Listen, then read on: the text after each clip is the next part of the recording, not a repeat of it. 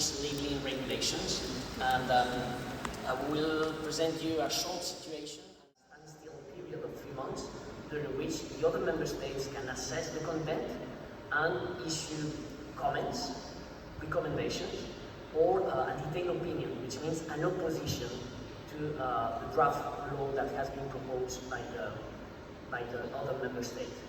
At the end of the process, the standstill period can be extended, and the member state in question has the responsibility to engage in a dialogue with the other member states to find a solution so that it can adopt legislation that fits the vision and the EU rules. Once this trees notification process is finished, then the member state need to notify. Have been discussing for the last almost year. It is just the second act of a process. In 2015, December 2015, Ireland adopted what is called the Public Health Alcohol Bill at the time. So it's a bank basic act with several, and we'll see the content of this basic act. And it was notified in January 2016 under the TRIS procedure, so under the EU procedure.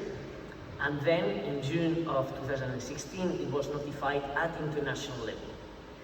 Before the adoption of the final law in December 2018, Ireland made another adjustment, so they notified in February 2018 certain amendments to this basic act. What this basic act has as a content, it's a certain group of measures. One of them being the minimum unit pricing, if I remember well, was 10 cents per gram of alcohol, which means you calculate the grams of alcohol you have on the bottle, and you cannot sell the bottle below that price. Structural separation in supermarkets. So when you enter in a supermarket, you cannot see the alcoholic beverage. Prohibition of price-based promotions, sponsorship, health labeling of alcohol products. So the Basic Act notified in 2015 already included the concept that there will be some health warnings on the labels of alcoholic beverage. There are also some regulations on advertising, marketing, also regulation on the sale and supply of alcohol in certain circumstances, so train stations, bus stations, etc. So this was the group of measures that were notified in 2015. The process was the same, it was notified, and in 2016 there was comments issued by the European Commission, so it means not a total opposition. 9 member states issued detailed opinions, so they oppose formally to the content of the Irish Act, and 2 issued some comments, which is a lower level of opposition. When the same rule was, the same legislation was notified at international level, the WTO level, as I said, it was in June, there was a group of member states that raised concerns in the framework of TTB, and there was a group of 4 member states of the WTO that issued written comments. And Ireland responded to those comments with, which is publicly available, the response, with a very in detail justification and explanation to the concerns raised by US, Canada, Australia, and Mexico.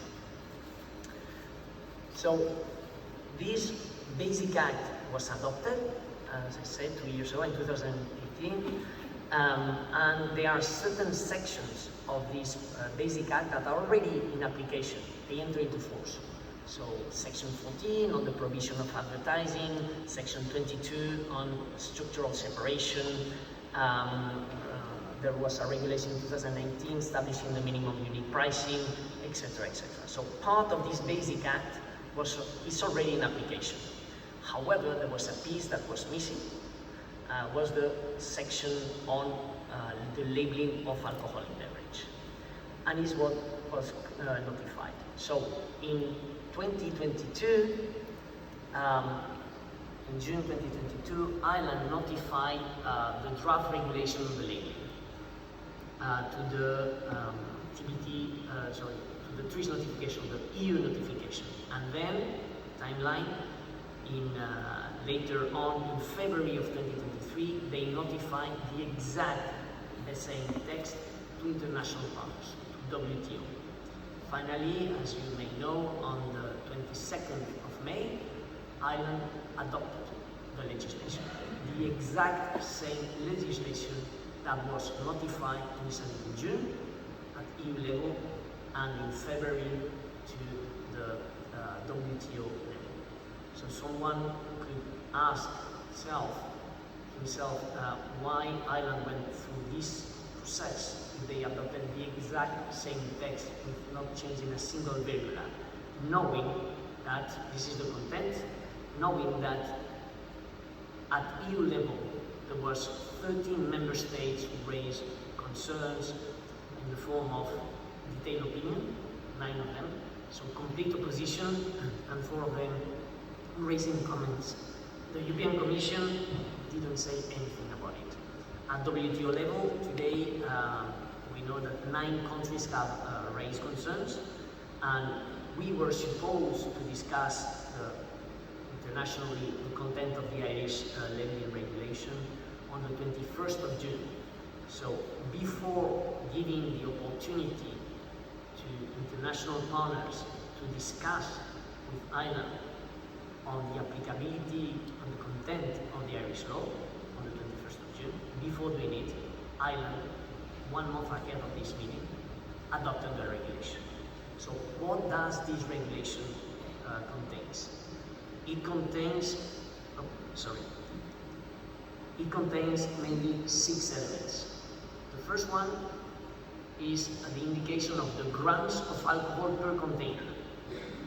Normally, the communication of the content of alcohol content of a bottle, as you know, even at OID level, is harmonized, and it says it should be stated on the basis of the alcohol per volume. Then, number 2, they oblige producer to communicate the nutritional declaration per container. Again, to be underlined that at EU level, the communication of the nutritional declaration and the energy is ruled, it's harmonized, and it is done on the basis of 100 milliliters, not the full content. Third element, pictogram.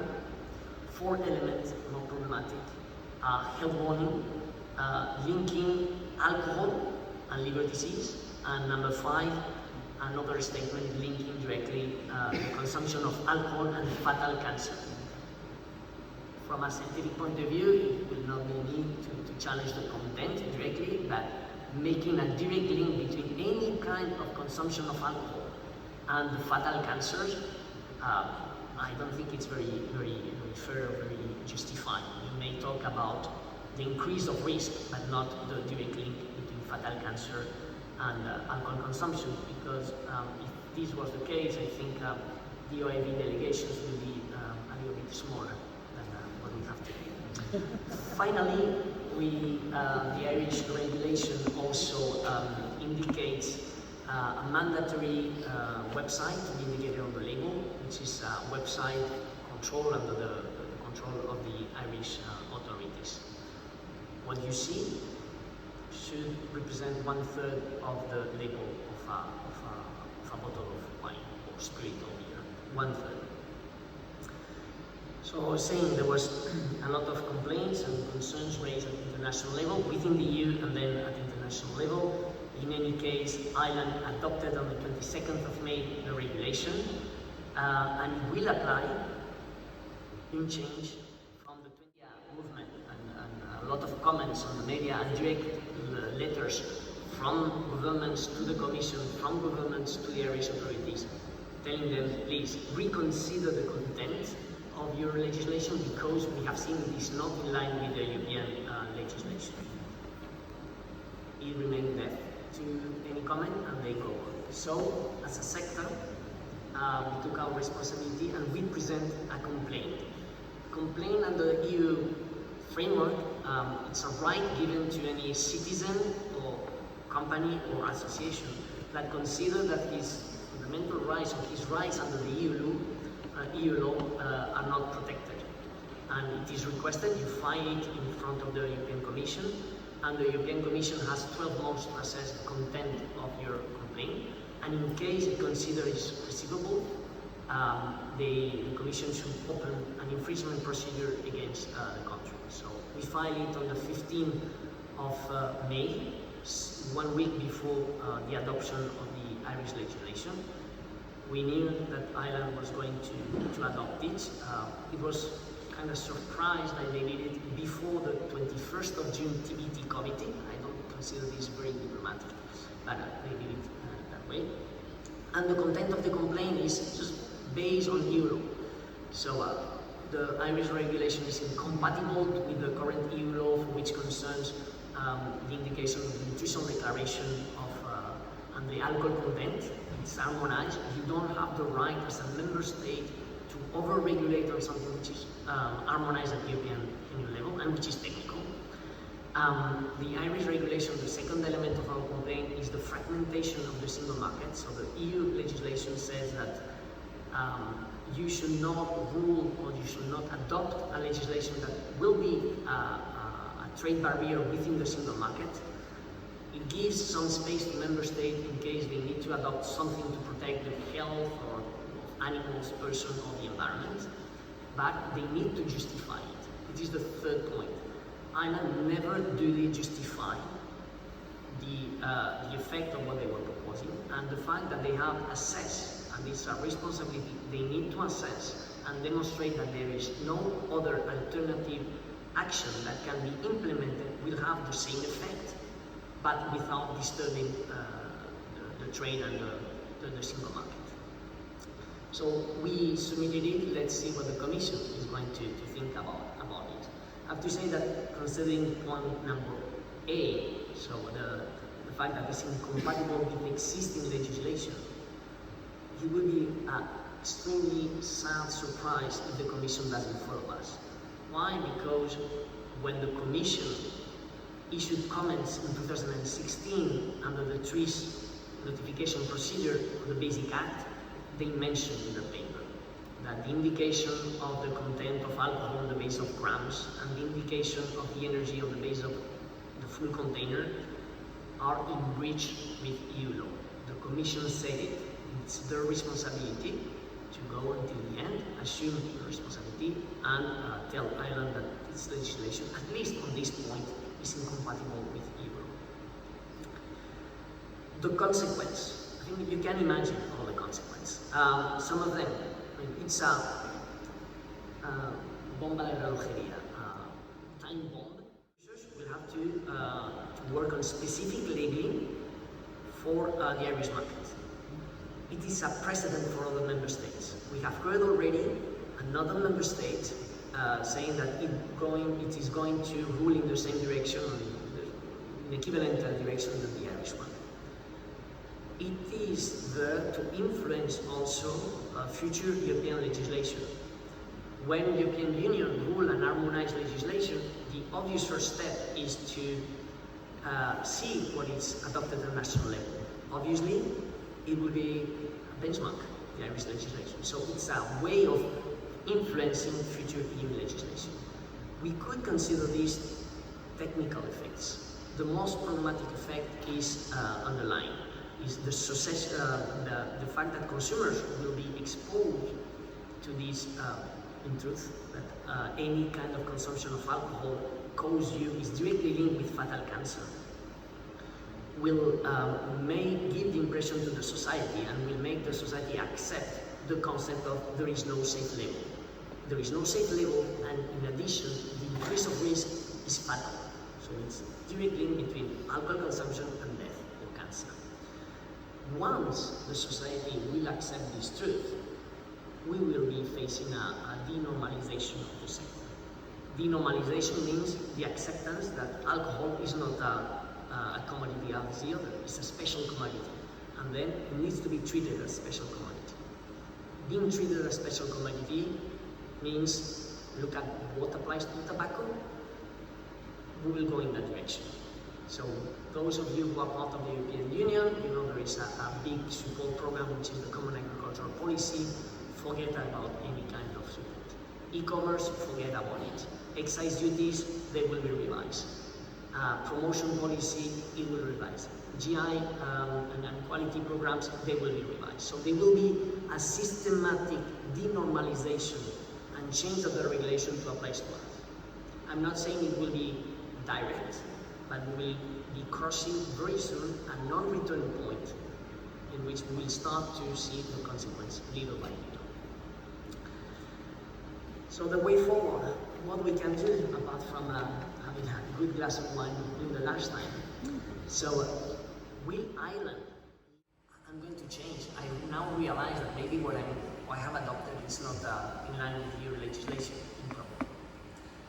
Will the European Commission open an infringement procedure against the 100% of the content of the Irish law? I don't think so. Will an EU member state take Ireland to the Court of Justice?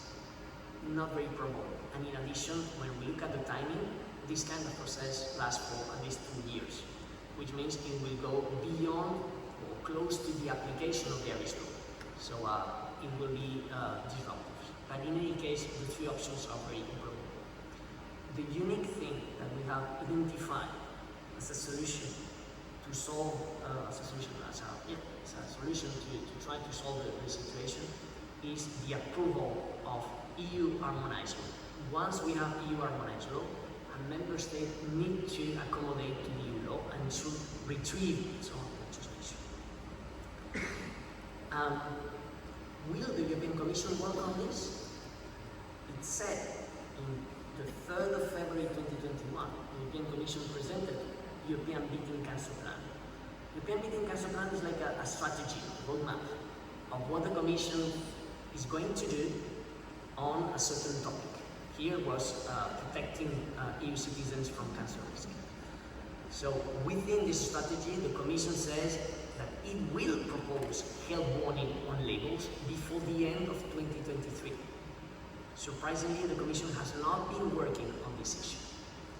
I say surprisingly, but not that surprisingly, because in February of last year, the European Parliament on a resolution, so no legally binding, because the Parliament wanted to give its opinion to the Commission on the way forward, on the direction of this work on the European Beating Cancer Plan. It says that the European Parliament supports the provision of better information to consumers by improving the labeling of alcoholic beverage to include, among others, moderate and responsible drinking information. And in addition to this, the European Parliament tells the Commission that it will be good if you work on digital labeling. So, I'm not suspicious. But when you know that the European Commission proposed a plan to the Parliament, maybe this is part of a masterclass on cheese made. So we need to think on this matter 3-4 movements ahead. So what will happen now? We will have to arrive with a proposal from the sector on what we think should be information provided on health information provided to consumers. We are getting ready. By the end of this month, we will have most probably a proposal to be publicly communicated about it. We'll be asking, crying and begging to the European Commission to open a regulation to harmonize legislation. And maybe the European Commission, because next year there will be elections to the Parliament, there will be a change in the European Commission at the end of next year, it will take time. If the Commission opens the regulation to deal and harmonize the EU law health information in 2025, finalizing in 2026, it will be so close to the moment in which the Irish legislation will be applicable that it will definitively weigh strongly on the final compromise and the final content. So I'm not suspicious, but I think that you can make your, or maybe I may be suspicious, but you can make your own conclusions from that. Thank you very much, and if you have any questions, happy to respond. How do you think we can collaborate, like an industry, like organizations, winery? How do you think we can approach this future problem? How we can do that? I think it's a 360 degrees approach. First thing, we need to stop saying wine is good for health. I mean, come on. we live in our own bubble about our varieties, our harvests, the way that the cantor mentions our wines, and we don't see the reality. We need to assume our responsibility. We have, at least at European level and in other parts of the world, also responsible programs to educate people. We need to fight. We need to recognize that we play a role against the alcohol abuse. Secondly, so we need training. We need to put money on these programs. We need training, internal training on how we present our wines. To be responsible, we need to be 100% responsible on our approach. Then, there's the call of organizations like the OIV, scientifically based. Many of what has been proposed in Ireland is not 100% based on science. So we need more understanding. And we are arriving at a point in which research on alcohol and health is not fun unless it's not funky or fashionable, unless the result of the study will be that it's super bad. So there is a movement to try to eliminate the independent scientific community. We need to invest in science. We need to know how our products are dangerous or not, how we should present them, what we could do to make them less dangerous in the abuse. And coordination. Okay, this is mean every industry of alcohol, like a wine, whiskey, distillate, need to put money, of course, for defense the industry. How long you think is the people can understand, the industry can understand how important is educate the public? Because we are I'm maybe a little bit pessimistic because we have been telling that in Lobo the wolf is arriving for the last 20 years, but in the last 7 years we have been systematically saying it's arriving, it's arriving. I really personally think we have 1 year and a half, 2 years before passing this turning point in which we will be losing the contact with the society, and the truth that there is no safe level will be started to be accepted by a large majority. So we need to really coordinate strongly. We have at global level FIVS, which is the International Federation of Wine Producers and Spirits. We need to collaborate in the next year and a half to try to rebalance the debate. It's not about winning the debate. I don't think there is a black and a white. It's about rebalancing the debate and putting science at the heart of policy decisions. We as a wine sector, we are doing a lot. Maybe other sectors, because of their circumstances, cannot do more than what they are doing, or maybe they don't want to do more than what they have been doing. Okay, thank you so much. For arranging this, Igracio, it's very valuable information that you're sharing, and I agree with your comments you made about being responsible, and we have to take ownership of that. But a question I have for you is, do you think there's merit in distinguishing wine and the effect wine can have on a consumer's health when compared with other liquor products? I truly believe that nobody buys alcohol.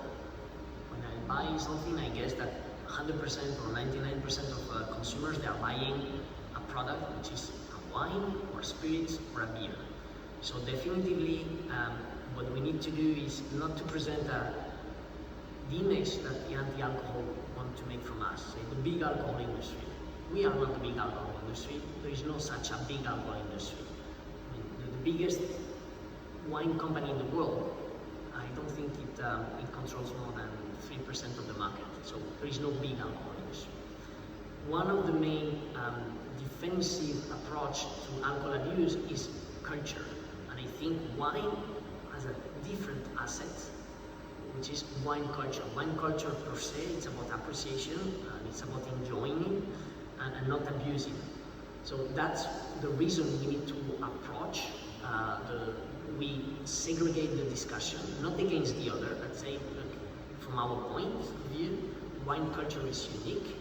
The way we consume our products is unique. I mean, you do not consume the same way long cocktails or beer than wine, or certain wines. So we need to identify this, to call on the perception also of citizens, policymakers. And then just one last point, do you think it's also worthwhile in tackling this discussion, that we look at the effect of illicit trade and how that also negatively affects the discussion we're having at the moment. So indeed, illicit trade is a huge problem in certain parts of the world. WHO considers itself that in certain countries more than 35% of the alcohol consumed is illicit or unrecorded. These represent a huge problem. We have some years ago in the Czech Republic, 40 people dying because of illicit alcohol consumed. The chance that we have as a consumer is that the counter poison of methanol is ethanol. So if you have the chance to change the bottle and drink a regular one, it degrades the poisonous section of the effect of methanol. But if you go into a highly restrictive market for products, consumers will jump into the illicit. And we have very serious countries that I'm not going to name from the northern part of Europe, where high excise duties are applied to alcohol, and there is a monopoly regulating the way you can and how you can buy alcohol, and we know that the size of what it is called trunk alcohol is super high. So people just going out of the shop which is closed and asking for someone to open the trunk and sell him some alcohol from the trunk. So it's a huge problem. It's more education. Thanks, Igracio.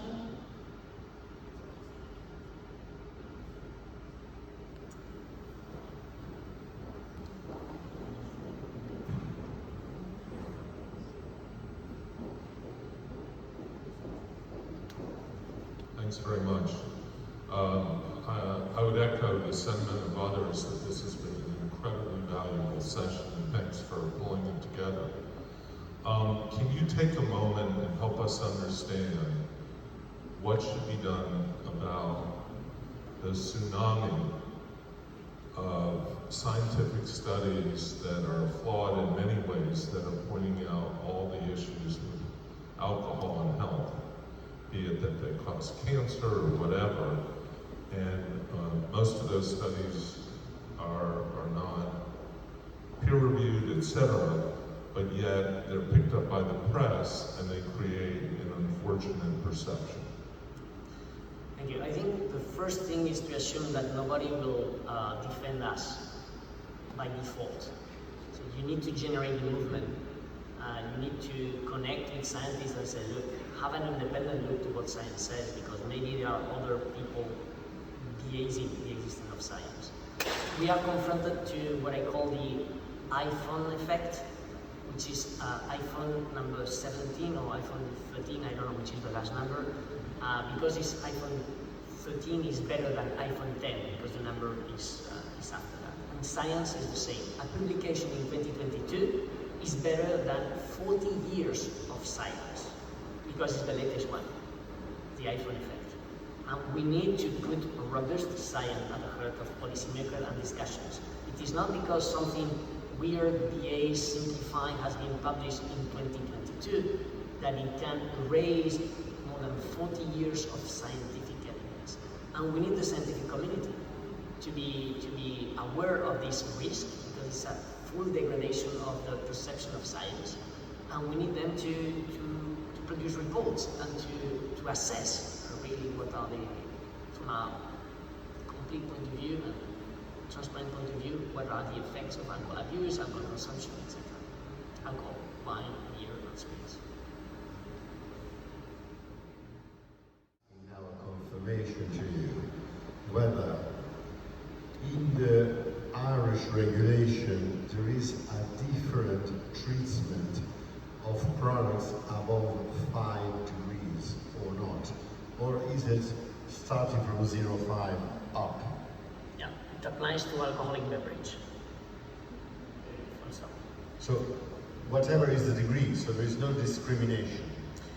No, but if you are talking about health, about labeling, you need to consider that certain products that are served more than 60% on the tap will not have to work on labels. That's in favor of Irish beer, against which I have no prevention. That would be putting a good part of the alcoholic beverage market out of this kind of regulation, if I well understand. So I don't think that the protective trade approach was part of the discussion, but the effect will be that we as small wine producers, the majority of our producers will be sending to the Irish market, which is relatively small, half a pallet, 1 pallet per year. You do not relabel for half a pallet. Ursula? Oh.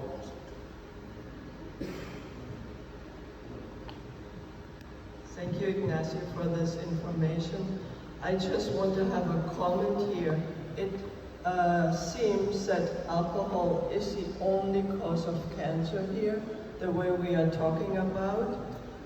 Cancer is a multifactorial disease, and alcohol is associated with a small percentage, let's say 4 to 5% of all the cancers are alcohol related. And if you take the word excessive alcohol consumption, it probably will be less than the 4 to 5%. There are other factors that contribute a lot more to cancer, so I just want to put that in perspective. Yeah. Thank you, Ursula. This is the kind of comments that we need to be made publicly, because we go into a simplification of what science says, and which is not fair. Adrian? See, and last one, because we have lost some of the people because of hunger. Thank you, Igracio, for the presentation. Do we have any information of data from the actual producers in Ireland who is backing this, or we as a neutral position? Because from an industry perspective, I mean, their businesses and their operations are at massive risk. So do we have any information about the internal Irish people, how do they actually feel about this adoption? So the producers and distributors of wine, beer, cider, spirits in Ireland has been extremely supportive of our approach. We have been working together. They are fighting strongly, have been fighting strongly this. The journalists have been also raising a lot of concerns about what the Irish government was doing. Citizens, I think they don't realize what will be the final impact. It will be less opportunities, less wines for you, because not all of them will continue to be traded. Personally, I think that this also has to be is linked at government level by a combination of two elements. People truly believe that alcohol is like tobacco, and secondly, ego in a certain way, to be at the center hotspot of the discussion. You may recall that the Irish health minister was the first one in the world to ban tobacco smoking from indoor places. So he was at the center of all the attention for a certain period, and it's about legacy of health ministers. We need to consider also that.